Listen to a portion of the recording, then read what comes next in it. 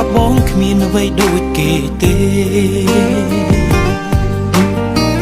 តែមាសមេនៅព្រមស្នេហ៍នៅថៃពីសន្យា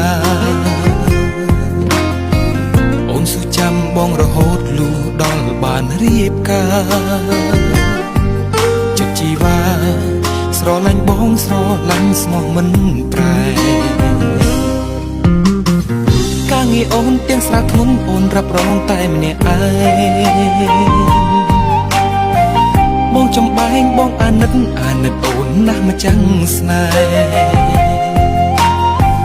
ព្រោះយើងក្រទៅអ្នកផ្សេងមិនចង់មកនៅក្បែរតែសូមមេអូនកុំព្រួយអ្វីបើនៅមានបងប្រពន្ធអូនលំបាកហើយពេលអូនជាមេគ្រួសារអូនជាមេដាដៃ100បន្ទុកធ្ងន់ធ្លៀងលើនួនល្អអូនលំបាកហើយប្រពន្ធប្តីមិនទាន់មានអ្វីសងនឹកខ្មាស់អូនណាបងនឹងប្រឹងតបស្នង